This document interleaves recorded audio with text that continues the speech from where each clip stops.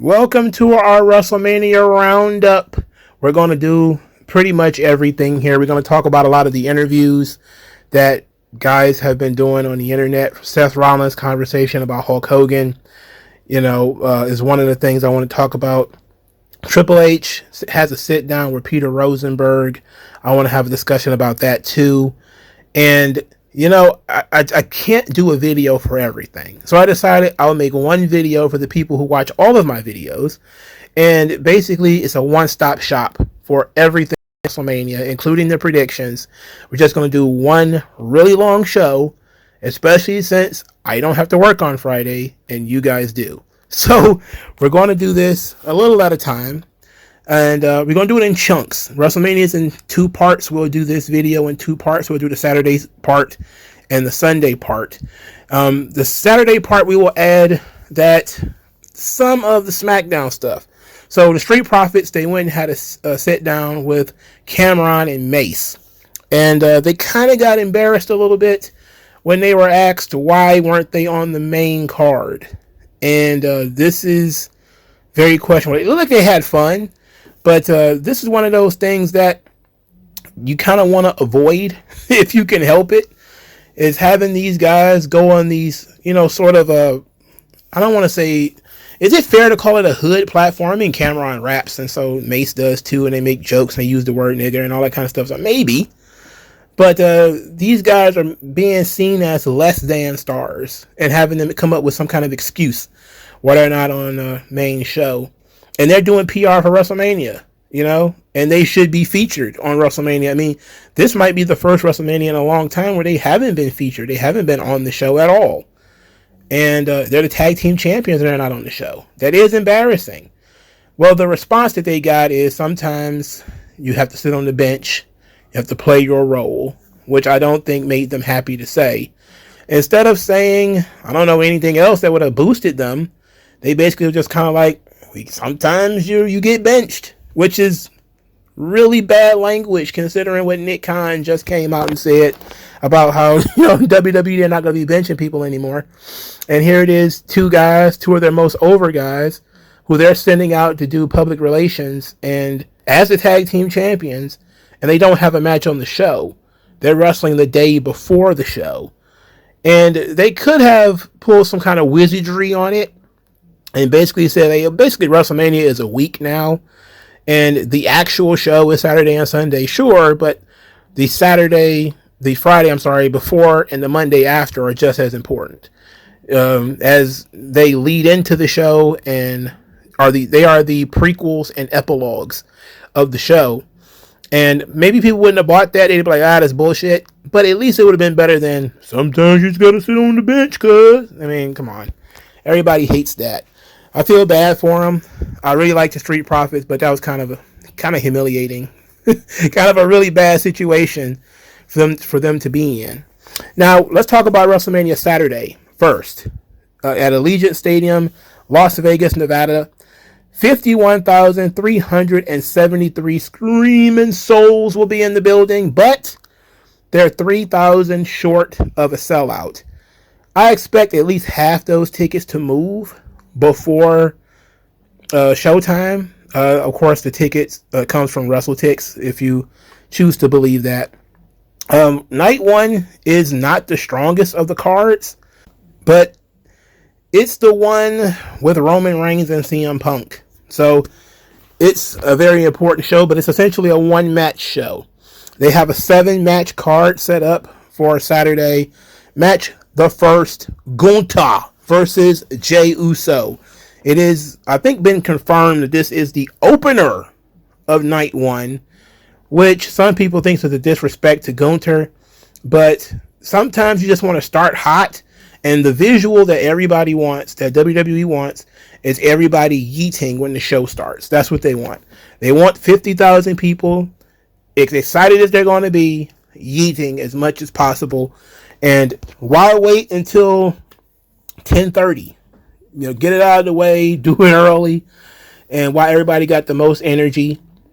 And some people are saying them putting Jey Uso on first means that, hey, he could lose, and then you have more opportunity to pick the fans up later. I think they're going to want to start the show hot. And so I expect Jey Uso to win the championship here. I think everybody knows that. It's pretty obvious Jey Uso is going to win the title. Triple H is under pressure, under a lot of pressure. So much pressure that he kind of wants people to stop criticizing the product so much. And I'll say this. I will not stop criticizing the product. I can do both. I can both analyze the product as a fan and I can analyze the product as a critic. And typically I do both. You know, sometimes I just don't enjoy things even if there was nothing technically wrong with it. I just don't like it. And sometimes I like things that are technically screwed up. I mean, all this stuff is based off your gut and your instincts anyway. Nobody is walking around with a rubric saying checking the boxes. We're all just absorbing the information and saying, you know, I like this because of this and I don't like this because of this. And this match is going to be a wonderful, wonderful benchmark for the tolerance of wrestling fans. Triple H also talked about in these interviews about guys who are not the best workers, who are considered some of the greatest of all time. And a lot of people know that that's cope for all the criticisms that's going towards Jey Uso. I appreciate that Triple H is even trying to, you know, make excuses for Jey, and it's not just letting Jey get buried out there. He's basically saying, hey, look, in-ring quality is not that important. We know that he's lying, and he thinks it's the most important thing because he continuously holds down certain people because of in-ring quality or because they can't work or whatever. But Jey Uso has broken through. You know, he's selling the merchandise. He's doing everything that the company could ask him to do. And they're not asking him to go out there and have 5-star matches. So this match will probably be one of the worst matches Gunther has. But it'll end up being the biggest pop Gunther has ever been a part of. Because once Jey Uso gets that 3 count, the building is going to rumble. Okay? It's going to be hot. And rightfully so. Jey Uso is a guy who's been in WWE since, 2011? Maybe even before then. He's put the work in. He's got, the work ethic. He found the right vehicle to get over and to become attached to this fan base. And they want to see him win, which is the most important thing. The issue with Jey Uso is going to be, what do you do after? Okay, he's going to win the belt. That's obvious. What do you do after that? How do you keep the momentum going? Because that's going to be the legacy. Well, the legacy is going to be the moment, the exclamation point. I don't think many people remember what happened with Daniel Bryan after he won the title. I don't think people remember that much what happened with Kofi Kingston after he won the title. I think the moment of them winning the title is the most important moment. That's the quote-unquote WrestleMania moment. But what's just as important is what happens after. And as I've said before, the issue is always when you're writing a story and you want to continue the story after its natural conclusion, because wrestling doesn't have a period, a happily ever after. There has to be something after that. What are you going to do after this that's going to keep Jey Uso's momentum going and it's going to prevent him from just becoming a gimmick guy who just comes out there, yeets, and that's it? I don't know, but it's going to be an interesting situation. Gunther better put his wrestling boots on. He's going to have a hard night. But hopefully this match doesn't go 20 minutes or anything like that. A solid 10 to 15. Call it a night.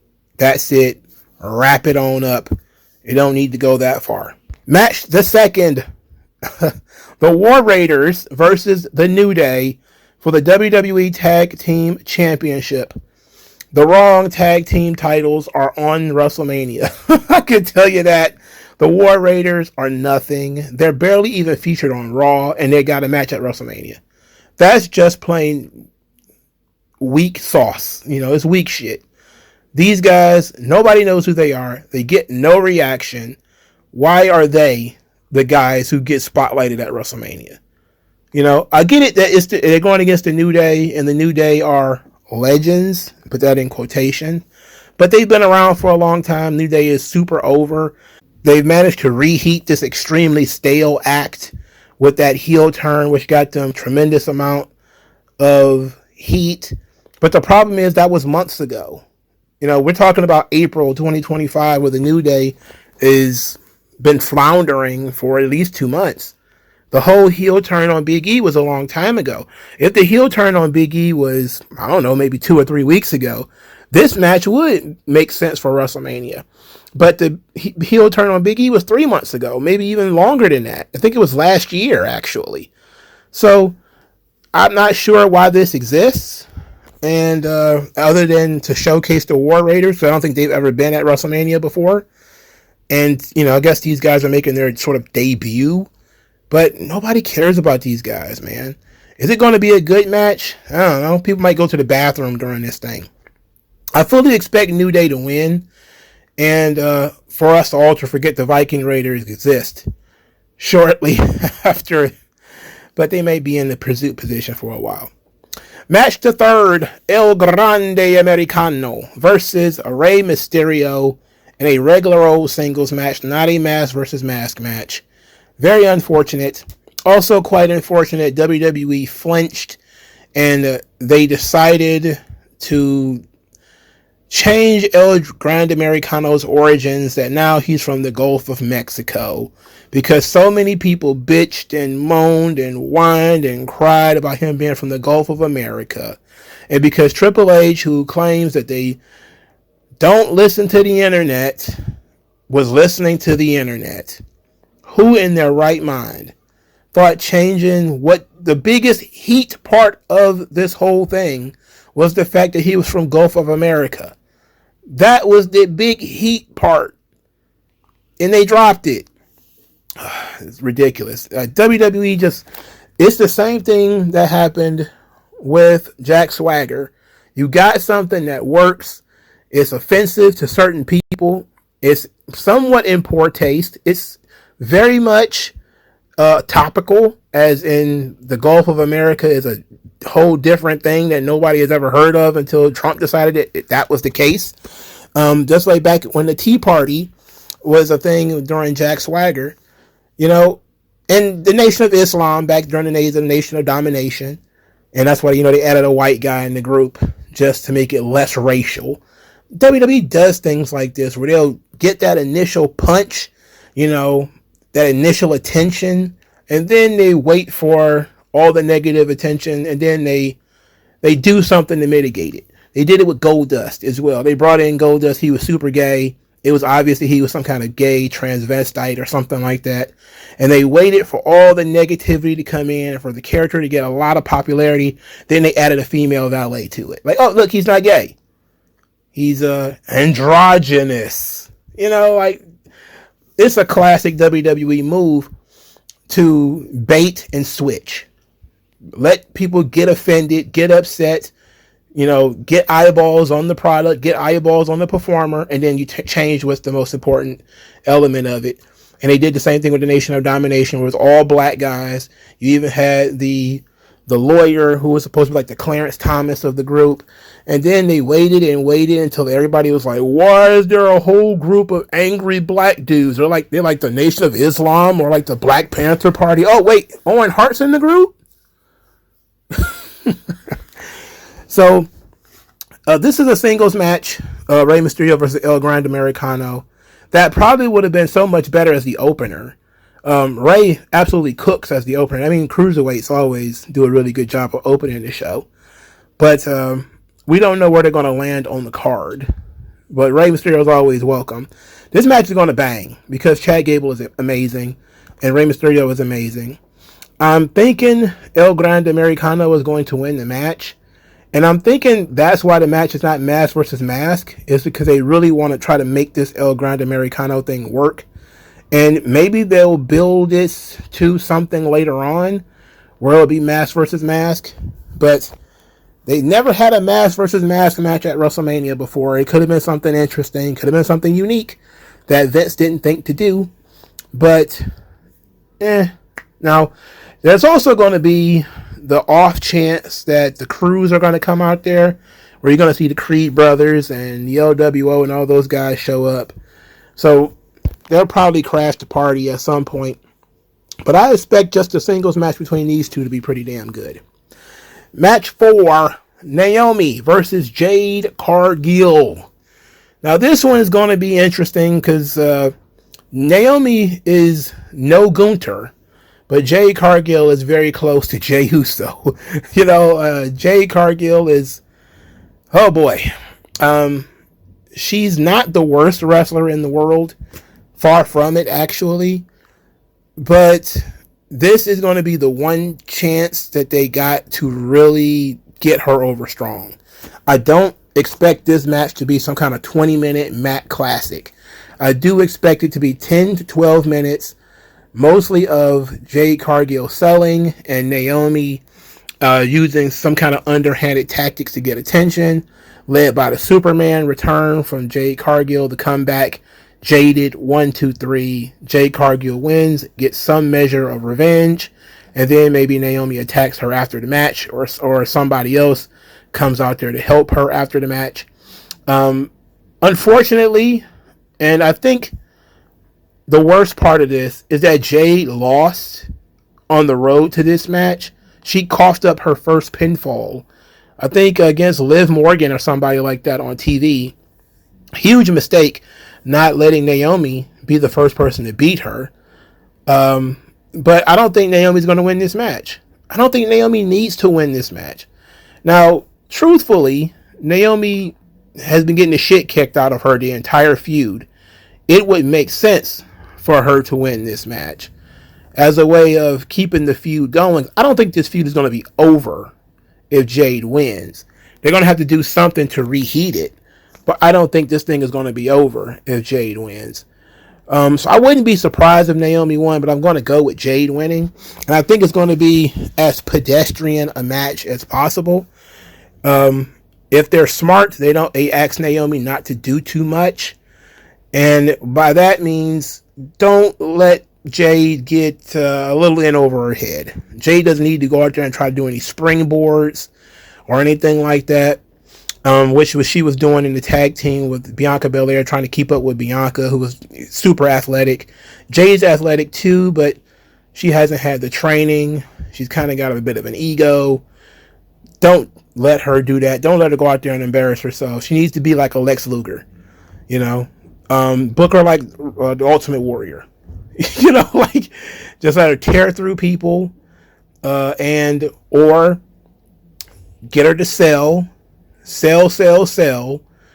then power her way out. 2 or 3 big moves in a row. 1, 2, 3, Jade wins. That's probably the best way to handle this thing, as a way to show off Jade and not embarrass her, and for Naomi to lose and not look too bad in the losing. The match 5, Jacob Fatu versus LA Knight for the United States Championship. All right, I fully expect Jacob Fatu to win this title. That would be obvious. I completely forgot that this is not LA Knight's WrestleMania debut. I thought it was. He actually wrestled AJ Styles last year, and I didn't know that until I watched the show again, because the match was so forgettable. It wasn't that the match was bad, it was that the match was forgettable. Jacob Fatu has been well protected in WWE. He has not yet been pinned. To me, he should be the guy Roman Reigns is facing at WrestleMania. As the Bloodline storyline should not have been cut short when Roman beat Solo back in January, just to get Roman in this nothing feud with these other guys. So I think Jacob Fatu just continues to roll. He wins the title here, and he reigns supreme as the U.S. champion for a while. I think that's the right decision. LA Knight, poor fella, I don't know what to do. Maybe you can challenge for the world title, I guess. But he's been stuck in the mid-card for so long, and he's been over. Hey, maybe they'll do something slick, and there'll be LA Knight Jey Uso later on. And let the fans make that decision. 2 guys with incredible charisma Two guys with big fan bases. Turn LA Knight heel, which I think is the better option for him, and have LA Knight and Jey Uso cook crowds for the next month or so. If you need something for Jey Uso to do, and you need something for LA Knight to do, turn LA Knight heel, put in with Jey Uso, and let them rock. But Jacob Fatu needs this belt. The question is going to be, who are going to be his ops? I don't think he's going to have a strong list of opponents, especially if you want to talk about bringing in guys like Rusev or Aleister Black or whatever. You could do that, and that could work. The issue is going to be, do you really want Jacob Fatu beating those guys almost immediately? Or how much time are you going to give them before somebody does a job? So I would really kind of question that. And then guys like Carmelo and Andrade, these guys have been beaten like rugs. So Jacob beating them doesn't matter. Him beating LA Knight doesn't do that much for him, if we're being honest. Match 6, Tiffany Stratton versus Charlotte Flair. Singles match for the Women's WWE Championship. Let me tell you, this is one of the 2 matches on the show I am really looking forward to.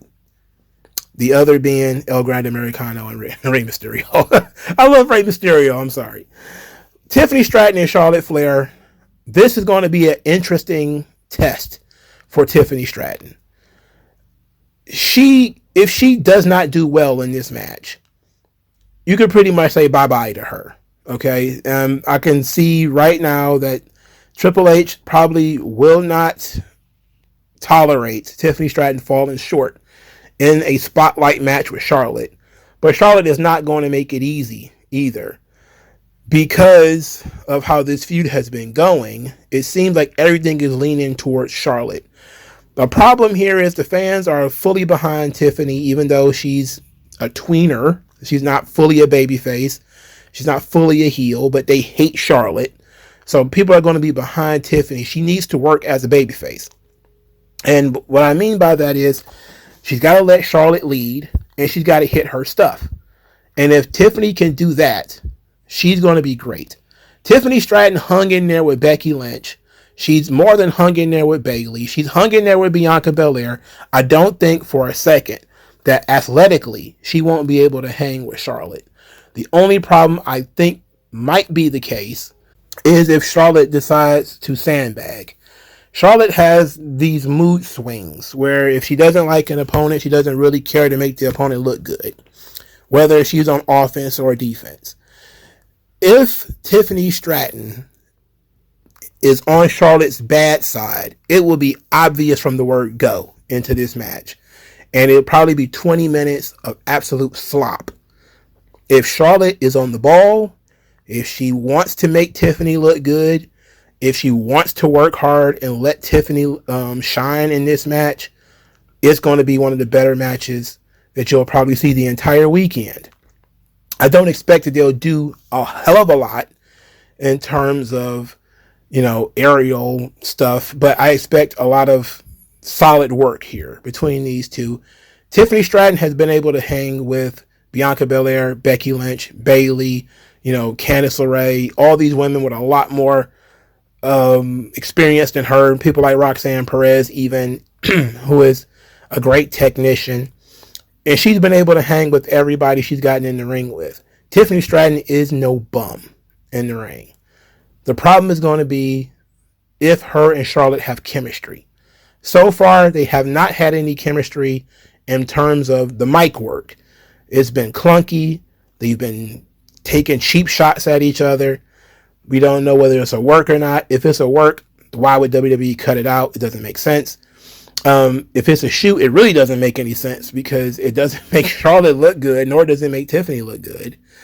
So hopefully Triple H has sat both of them down, told them what flavor the ice cream is, and they don't have a choice in the matter, and they go out there and they kick ass because the potential of this match is quite high, especially if you give them 15, 20 minutes. I don't think it needs to be 30 minutes or an hour or anything stupid like that. This is WWE.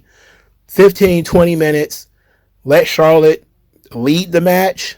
Tiffany Stratton works a lot like Sting, where she hits some big moves here and there and stays in the match. Personally, I would say Tiffany should win this match. Something tells me, however, that Triple H and Charlotte are going to work together to basically say, not this year. And maybe next year, kid. So I'm going to pick that Charlotte Flair is going to win this match. By all rights, Tiffany Stratton should win this match. But something tells me from the way they've been marketing and promoting this thing, they're not ready to pass the torch yet. They want to tell everybody Charlotte's still a number one, and that wins and losses don't matter. Much like when, Hogan allowed himself to get pinned by Billy Kidman, or when John Cena did a job for Austin Theory and it didn't do anything for him. If they truly care about Tiffany Stratton, she will probably get protected in the defeat. Have Charlotte cheat, pull the tights, pull the hair, whatever it takes to win.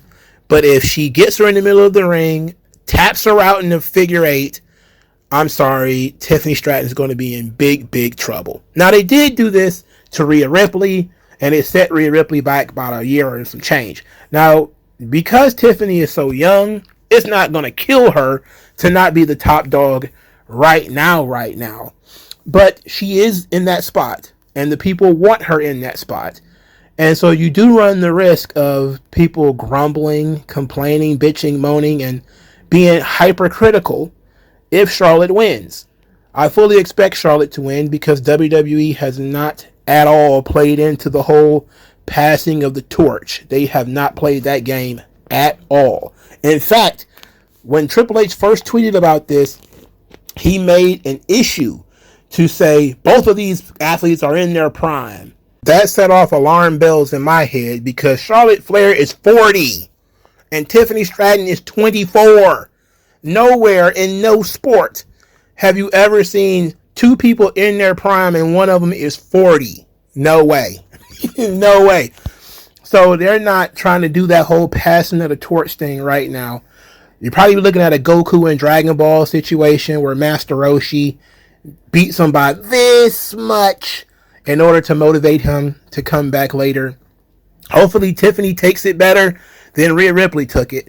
A couple of years ago when Rhea Ripley wrestled Charlotte at WrestleMania and lost, she talked about how it hurt her confidence.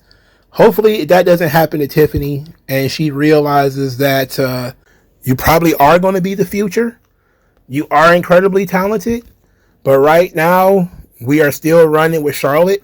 And there's a lot of evidence that tells me that Triple H does not very quickly move on from talent. I mean, he was still pushing Bayley, for God's sake. Hell, he's still pushing Bayley right now, for God's sake. He put Nia Jax over in the Queen of the Ring tournament. Stuff like that really raises my eyebrow about Triple H and his ability to move on from his NXT black and gold talent. And I'm not sure he's ready to move on from Charlotte. And even though the fans have moved on, even I would be happy, I would pop if Charlotte loses. Because it would mean that we finally are starting to move past the four horsewomen. But I don't think so. I don't think Triple H is over it. I think Triple H wants to hold on to Charlotte as long as possible. He probably wants to try to make Tiffany a babyface and probably put her in the chase position, this time without the Money in the Bank, which could work out for her, again, if it doesn't damage her in terms of confidence. So I'm going to go with Charlotte wins. And I'm pretty sure I'm going to be right. The main event, match 7, Roman Reigns versus CM Punk with Paul Heyman versus Seth, no longer freaking Rollins. They're not calling them freaking Rollins anymore. All right, this is a triple threat match with nothing on the line. There is nothing to gain here, just a match because these guys don't like each other. Roman Reigns did an interview with Vanity Fair where basically he says he's only got like a year or two left in wrestling before he moves on to a, quote, less physical form of entertainment. They wasted a year of this man's life with the tag team contest that he did last year, which disrupted his dream match. And, the business with Cody would probably be this year if that was going to be the case. But the We Want Cody's and finishing the stories, and hell, even I said it, that last year Cody had to finish the story. doesn't prevent that Roman and Rock match. They could have had that match on night 1 and then had Roman wrestle on night 2. I mean, he was wrestling both nights anyway. I thought they were going to try to avoid him wrestling both nights, but he ended up wrestling both nights anyway, so he should have just wrestled The Rock last year. But now it's not looking like the match with The Rock is going to end up happening at all. And he's talking about getting out of the business. So, he's like, it's over. After this contract is over. There's a lot of guys saying that. Randy Orton's pretty much the only guy saying, yeah, sign me up for 5 more. So many other people are like, yeah, I'm done after this. That's an interesting scenario that people are not talking about. People like Becky Lynch are sitting at home. AJ Styles has said, yeah, this is it for me, man. I'm done. And now Roman Reigns is like, yeah, this contract is up for me. I'm done too.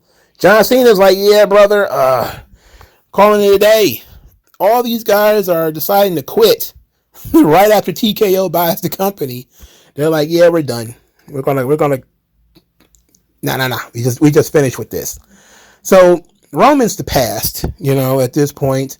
He has no championship. He's not the lead storyline in the company anymore, but he's still probably the chief merchandise mover. The angle going into the show, of course, is Paul Heyman and Punk and Roman's being betrayed by both Rollins and Heyman. It's him against the world, but there's nothing on the line. There's nothing to be gained or lost. So it's hard to pick a winner because the winner doesn't matter. And maybe they'll pull something out of their ass the night of or on SmackDown that says, hey, look, we're going to add some kind of new stipulation to this match to make it special. But as it sits right now, who the fuck cares who wins? Like, there's nothing to be gained or lost here. There's only the drama of Paul Heyman being there. So if this is going to be Paul Heyman saddled up next to Seth Rollins, then fine, I guess. That seems to be a logical conclusion, at least to the Heyman Punk story. And it continues the Heyman Reigns story, and it continues the Heyman Rollins Punk story, because I don't think that they're done with Punk and Rollins. The cage match was a non-finish that I believe Rollins won because Roman helped him win. So it's entirely possible they decide to have Punk and Rollins one more time, but this time with Paul Heyman and Seth Rollins' corner as a new wrinkle to that feud. And Roman basically just excises himself out of this thing and he disappears until, who knows, June, whenever they decide to go to Saudi Arabia. So I'm going to go with Seth Rollins winning because I think it'll be the biggest surprise. Seth Rollins is one of the biggest homers and gophers for the company. If anybody's an E-pilled fed soldier, it's Seth Rollins. He loves what's best for business. He basically said in an interview that his soul is always for sale. This kind of thing. And it makes sense for his character. His character is all about what's best for business. That's, goes back to the Authority days when he first turned on the Shield. And since that's the nostalgia that they're playing with, they could have Seth Rollins sell out to Paul Heyman and say, hey, now Paul's, instead of being the wise man, Paul Heyman is the boss now. Paul Heyman wants to be, have his own family again, a new dangerous alliance of sorts. And that could be, well, they've already done this, but, it could be interesting, I guess, depending on what they decide to do. But I guess that's just the best of the bad options. I mean, would it be great if Roman puts both of these guys on a rotisserie and walks out of WrestleMania the winner? Yes, that would be absolutely fantastic. Is he my favorite wrestler in this group? Yes. If CM Punk wins, so what? I don't care. There's nothing on the line here. I'm very frustrated. But I'm going to go with Seth Rollins because it makes the most sense. WrestleMania Sunday night. 53,000 tickets sold. 1,339 tickets remaining before sellout. I expect this night to sell out at the very least. Of course, ticket prices are going to plummet, like I said earlier, as we click closer to the show. But I'm not surprised that night 2 sold so many more tickets than night 1, even before a card was announced. Most people know that the real main event of WrestleMania is WrestleMania Night 2. Everybody knows that. Everybody wants to go see Night 2. And then, of course, John Cena turned heel, which, of course, guaranteed the John Cena and Cody Rhodes match. Psychologically, it makes the most sense.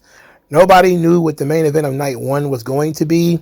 And considering they haven't added anything to that triple threat match other than here's some stars, they really haven't done a really good job of building Night 1. So Night 1's been kind of flim-flammery. But Night 2 is pretty solid on paper. Match 1, Io Sky versus Bianca Belair versus Rhea Bloody Ripley for the Women's World Championship. Io Sky is a defending champion. She is forced into this match.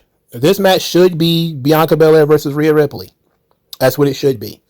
There should not be an Io Sky featured in this match. She should be in a tag team match or something. A fatal four-way of some description in the middle of nowhere in a battle royal or something to that effect. She should not be at WrestleMania this year. But Triple H forced her in, so she's here. And this is a perfectly serviceable Bianca Belair versus Rhea Ripley story that is now capped with Io Sky. Right now, Io Sky is I'm guessing, the planned winner. Right now, if they wanted to put the belt on Bianca, they did a terrible job of basically turning her heel throughout the build to this story. And Rhea Ripley has not been the best in this story either. They both have looked like whiners and crybabies, which sucks because basically they're two huge jacked women who, instead of trying to see who's the better of the two, are both whining about the other one being involved in their number one contendership match. And now the very, very the tiniest person quite possibly in the company is going to end up beating one of them. And I'm going to imagine it's probably going to take Bianca Belair to take the pin. Of course, Bianca Belair is undefeated at WrestleMania. At least she was. Well, she lost a Battle Royal, I think, which technically doesn't count. She hasn't been pinned or made to submit at WrestleMania. And she most likely will be losing this match because I don't think Triple H cares about those things.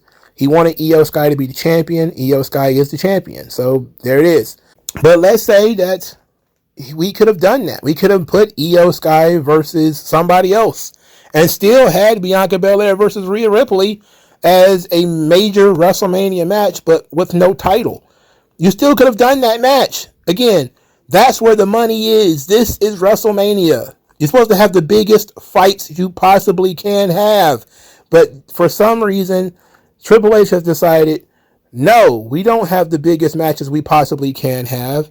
We're going to have matches. Not the biggest possible matches for the biggest possible card, for the biggest possible platform to show off our stars. No, we're going to have triple threat matches for no fucking reason. As you can see, I hate triple threat matches. I fully expect Io Sky to win because Bianca Belair winning the title and this is basically just going to turn her heel. I mean, it is what it is. Maybe they'll pull a card and Naomi will come out and help her or something like that, and that will kind of make sense. But I fully expect Io to win because Rhea Ripley winning the title that she just lost would be absolutely horrid booking. Because it would defeat the purpose of her losing the title in the first place. Like if you were just going to make her the champion after the show, why did she lose the belt like 2 months before the show anyway? So I'm going to go with Io Sky winning, and I don't know what they're going to do afterwards because Triple H doesn't make sense, and this doesn't set up anything more except for the eventual Bianca-Rhea singles match, which of course they probably do on Raw or something stupid like that. The second match on the show, Liv Morgan and Raquel Rodriguez versus Bayley and Lyra Valkyria for the Women's Tag Team Championship. This is more force. Triple H just couldn't go without having Bayley on the card. And look, Liv Morgan earned her spot on the show. She has been very good in terms of her character work. She's thrown herself into this character. She's thrown herself into the ring. She's working harder than she's ever worked before. She's actually one of the workhorses of the company. Liv Morgan should get a lot of credit for all the things that she's done. She's in a tag team now. She needs to be on the show, but she needs better opponents. Bayley and Lyra Valkyria are not a real tag team. This seems like a death spot just to get to the next match, and likely just going to be the catalyst for Bayley turning heel and attacking Lyra Valkyria, and leading to them feuding for the Women's Intercontinental Championship, even though they've already had 2 matches. So Triple H never giving up on the horsewomen, not letting them go. And heavens to Betsy, if Bayley were to win this match, I don't know what I would do. As much as I love me some Auntie Pam, the fact that Triple H is trying to force her onto everybody as, a huge star when she's kind of just a role player is pretty ridiculous, man. There's other things you could have done with Bayley instead of forcing her into this situation. But they just need another big player for Liv Morgan to play with, and Bayley is the only one they got left. So there's that. I mean, you could have made just Damage Control, right? You could have just put Dakota Kai and Io Sky out there. Or you could have put Dakota Kai, Io Sky, Bayley, and Liv Valkyria in a triple threat match. And then we could have had Rhea Ripley and Bianca. Oh, I'm going on and on about the same thing. Sorry, I'm old. Moving on. Liv Morgan and Raquel Rodriguez are going to win. Next, AJ Styles versus Logan Paul.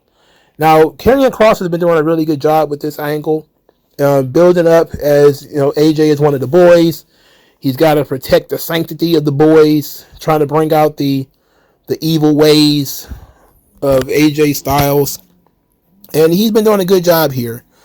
Logan Paul is an athletic guy, incredible charisma, athleticism, easy to hate. Has a lot of natural heat. The crowd really does hate him. I'm not sure this is a showcase match for Logan Paul.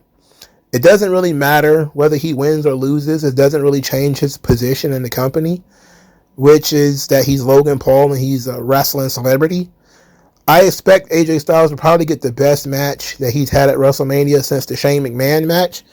But other than that, this just exists to get Logan Paul on the card. And then, hey, at least it's a singles match, for God's sakes. A singles match between guys that I actually like. Match 4, Intercontinental Championship Fatal 4-Way match. Braun Breaker versus Penta versus Finn Balor versus Dominic Mysterio. You got that Finn Balor sneak in here, too. Finn Balor, much like Bayley and Io or Triple H guys, who probably got no business being in this match, because Finn Balor never wins and doesn't get a fan reaction at all, period, and yet he's here for some odd reason. In fact, I think Braun Breaker has already beaten him. Dominic Mysterio at least gets a lot of fan reaction, despite the fact that he never wins.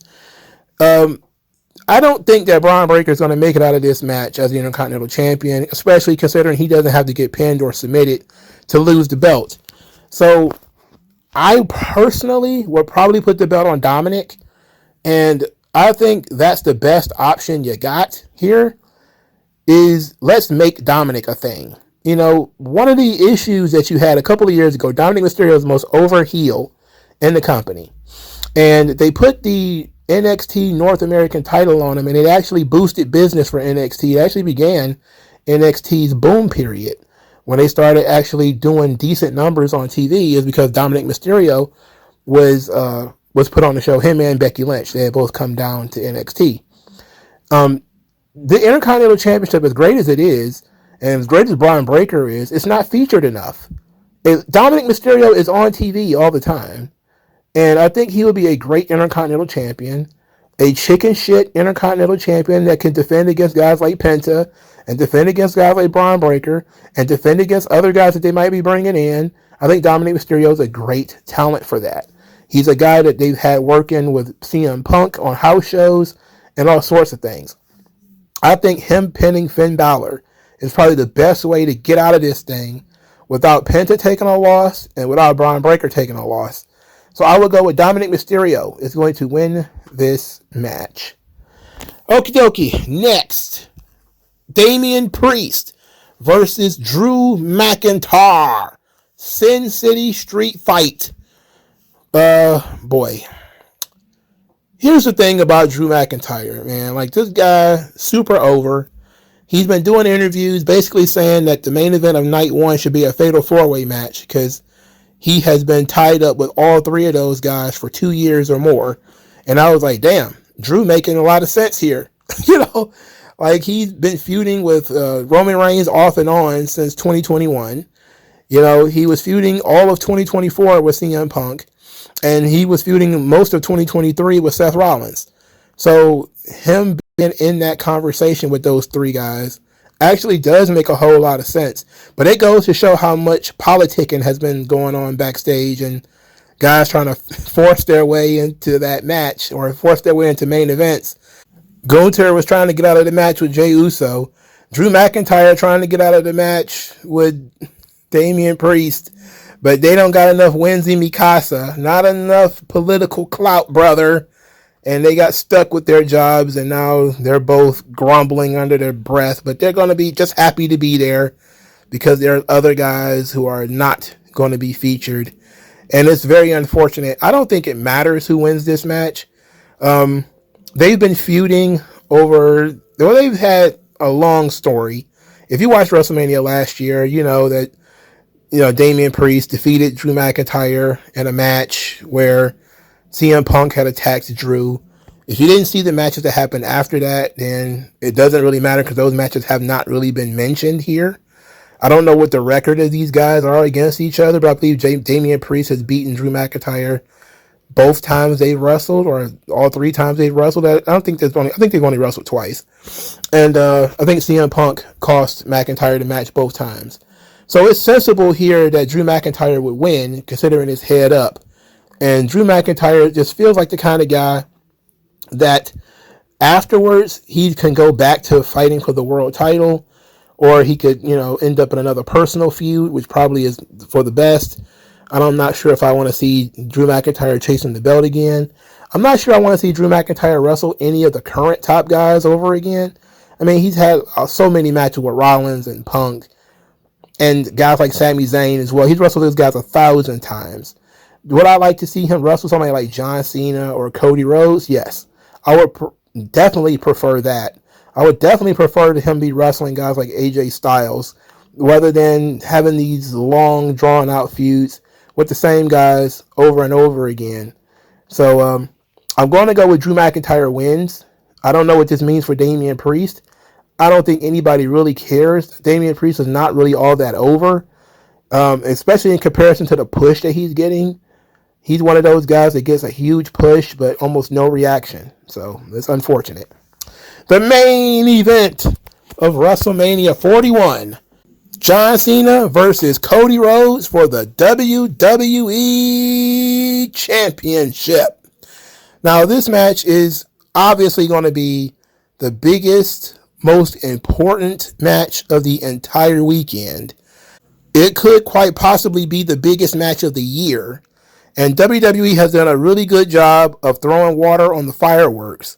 And what was an absolutely awesome sight of John Cena turning heel and wanting to do something more, and Triple H is still patting himself on the back about this idea and how he pitched it to John, and John loved it, and John had all these ideas for it.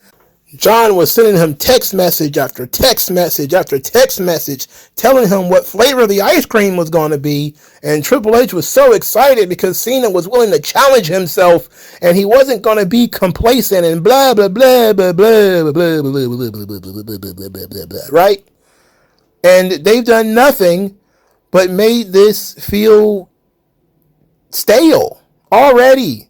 Cena's been heel a month and it feels stale. I'm not sure how they managed to do this, but they managed to do this. You know how they used to say some people could ruin a wet dream? I think Triple H has ruined a lot of people's wet dream. They wanted John Cena to be a heel, and now he is, but it's not going well. And now Triple H is criticizing people who are criticizing his booking. He's mad. No, just be a fan. Shut up. And everybody's like, nah, bruh, you dropped the ball, man. Nah, man, it's not going to work. Now, despite that, I still am very intrigued about the contest. I'm intrigued about how they're planning to book it. Cena has not worked a long match in a long time. Somebody mentioned on social media that most John Cena matches are sub 20 minutes now, with the exception of a tag team match that he had. Most of his matches have been 15 minutes or less. And I don't think you need to have a really long, epic match because WWE doesn't really do those anyway. And typically, once matches are 20 to 30 minutes, they get a little long in the tooth. Unless you're one of the greatest workers of all time, you really shouldn't have a 30-minute match. If you're Shawn Michaels or Ric Flair or somebody like that, Ricky the Dragon Steamboat, Randy Savage or something, you could probably put off having a 30-minute match. But most people, 15, 20 is a sweet spot, with the entrances, 25, 26 minutes. I don't expect this match to be that long. There will more than likely be some run-ins. Hopefully not an excessive amount of run-ins like it was at WrestleMania 40. But you do need The Rock to be there. You do need Travis Scott to be there. You got to continue the storyline of The Rock's involvement in this angle. Otherwise, why did you even have The Rock in the angle in the first place? So I'm guessing The Rock maybe wanders to the ring at some point, to cause a distraction, to cause some other issue. And I expect that this is likely how John Cena is going to win the title. And I do expect John Cena to win the belt here.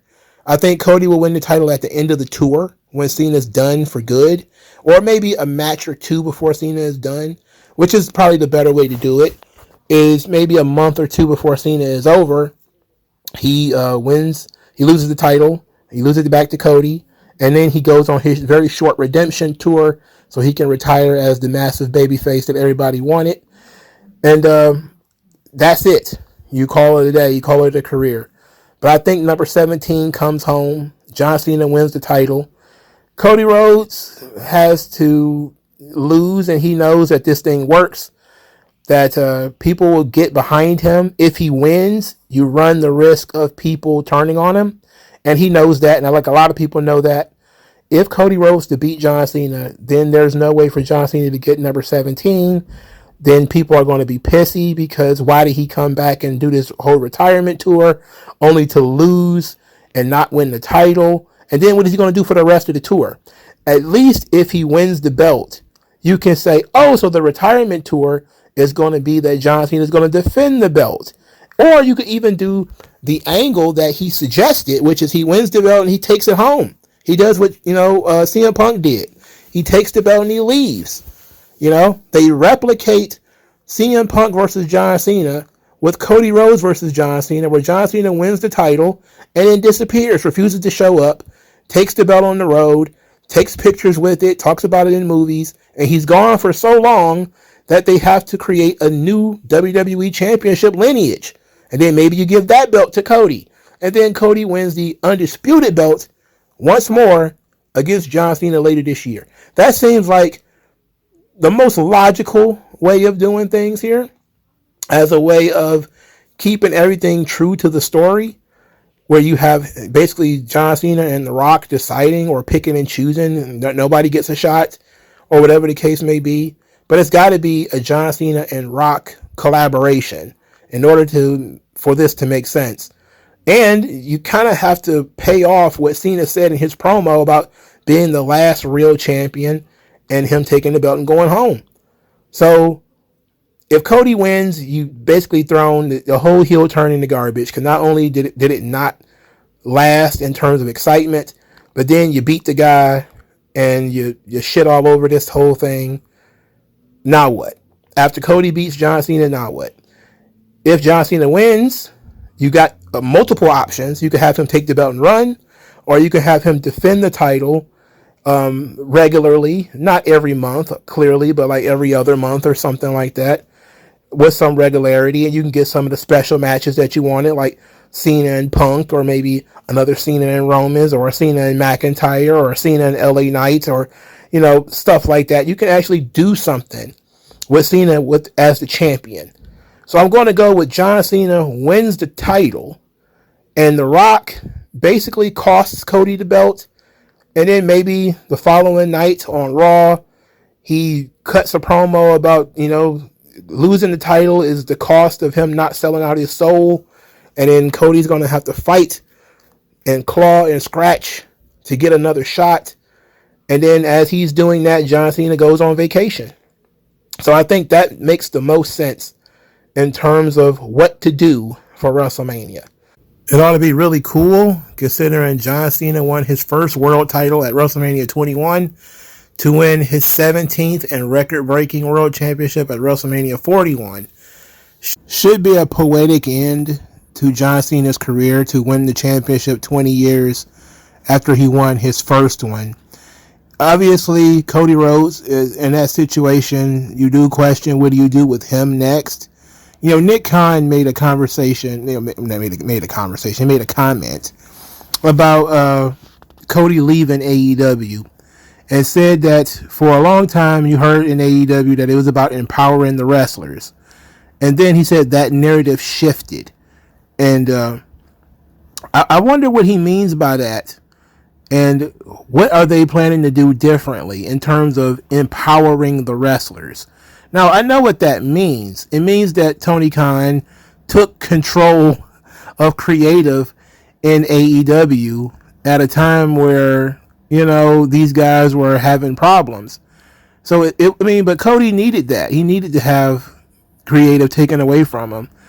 Cody doesn't have the best instincts. He needs to be led. If he's going to be the captain that he's calling himself, the quarterback of the team, he's got to know how to run the play.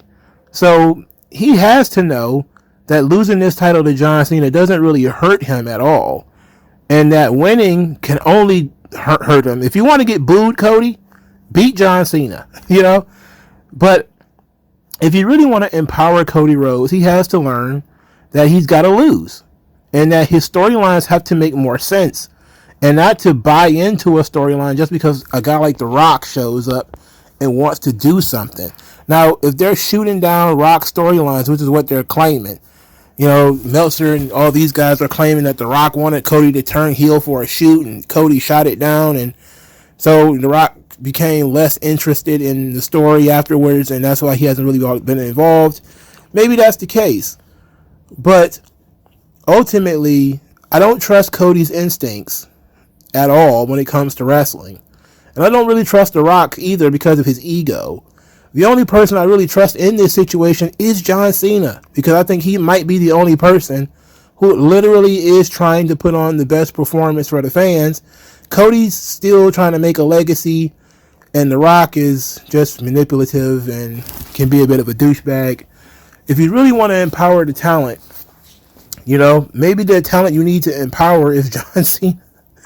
Let John Cena make the calls here. Let John Cena be the captain, the quarterback, or whatever. Cody Rhodes can still be the man, especially on house shows and on television. But Cody knows that he's only as strong as his strongest adversary. And you don't really have too many strong adversaries on the roster right now. Cody has beaten most everybody on SmackDown. Believe it or not, anybody worth fighting, he's already beaten them. So losing to John Cena is probably the smartest thing to do to keep John strong, or at least to make John strong, so that Cody can beat him later and reclaim the title. And that's just smart booking. And I think, despite the fact that I don't really trust Cody Rhodes' instincts, I do kind of trust that Triple H can explain that to him. So there's going to be a lot of politicking and a lot of brother, what about this? But I don't think that there's any ideas you can come up with Cody still being the champion that makes sense 2 months later, 3 months later, 4 months later. Because, if John Cena loses, you might as well just pull the plug on his retirement tour right now.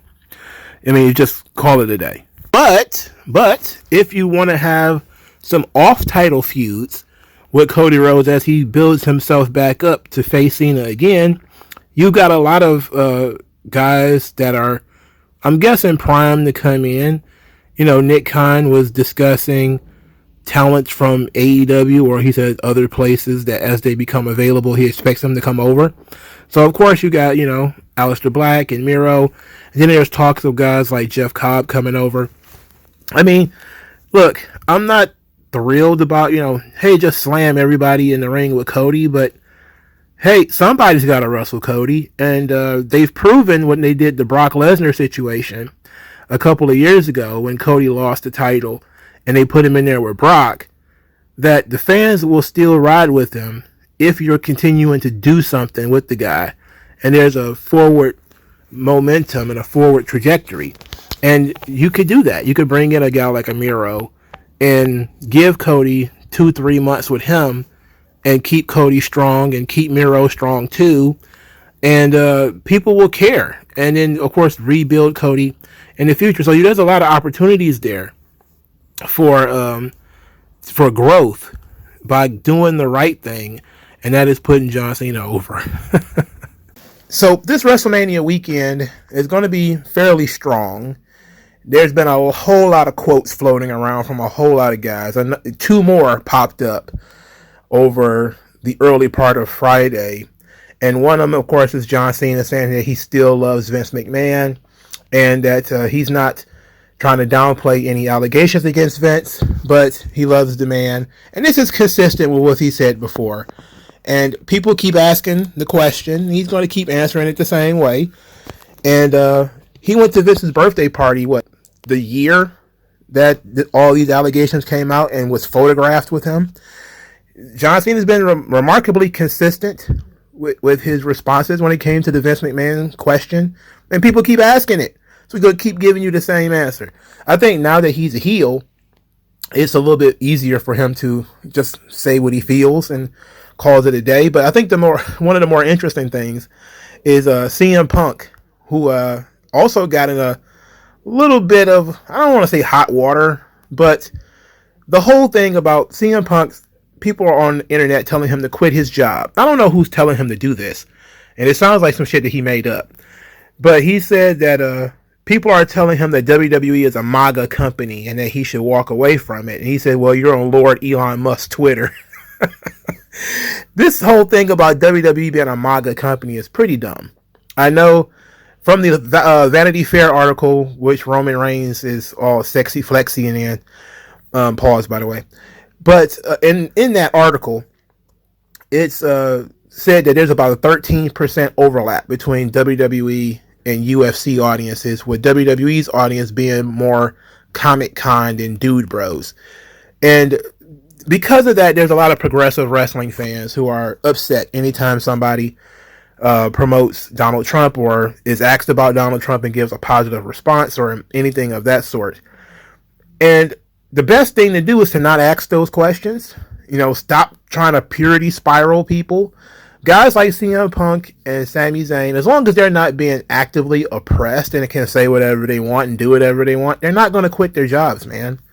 It's pretty dumb for you to think that, you're going to quit your job because the bosses and some of your coworkers think differently than you do. It's silly. The fact that these guys can work together basically tells you that politics is not as personal as people would like for it to be. And to be quite honest, that's how most people all over the world typically view politics. Folks did not let politics break up their families, destroy their work life, and inconvenience them to this degree.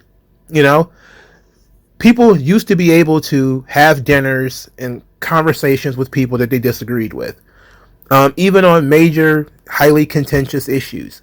But now in America, especially in Europe and in Canada, there's this big rush to kick people out of your family, quit your job, or whatever the case may be because of one person's vote. And it seems to be quite stupid and amongst people who have the luxury of quitting their job. CM Punk has the luxury of quitting. He makes tons of money. But I can tell that if he was actively being, told he couldn't say certain things or being admonished for some of his posts, then maybe he probably would quit his job and he probably would just come out and say that. But as long as these guys have the option to say whatever they want and to feel how they feel, and they're not even holding grudges against each other for this sort of thing, I don't see the problem. Fans need to just be fans. And that's kind of where I want to end this when it comes to Triple H. He says that he wants people to watch the shows as fans and not as critics. I do want people to watch the shows as fans as well, but I think you can do both. I think you could be both a fan and a critic. I think you could be a fan of a medium and highly criticize the medium at the same time. You can watch certain shows just for fun, and you can watch other shows for criticism. And you could do both. You could be heavily critical of a thing that you actually enjoy. And I think Matt D from I forget what blog he's on, but he said that actually when you criticize things, that's a higher level of fandom because you actually care. You're putting intellectual thought into it, and connecting dots and looking at precision and technique and things like this. And while sometimes you don't want to overthink things, down to a granular detail to the point where it does take it out of take the fun away for you. A lot of the fun of pro wrestling is doing predictions. It is, hey, what's going to happen next? What could possibly happen next? Let's talk about that. A lot of that is what's fun about pro wrestling. Why would you want to take that away? Now, what I would say for Triple H is that it was you and your friends in the clique that took away kayfabe. You wanted to go out there and too sweet each other through the TV and all this other ridiculous stuff that you guys were doing.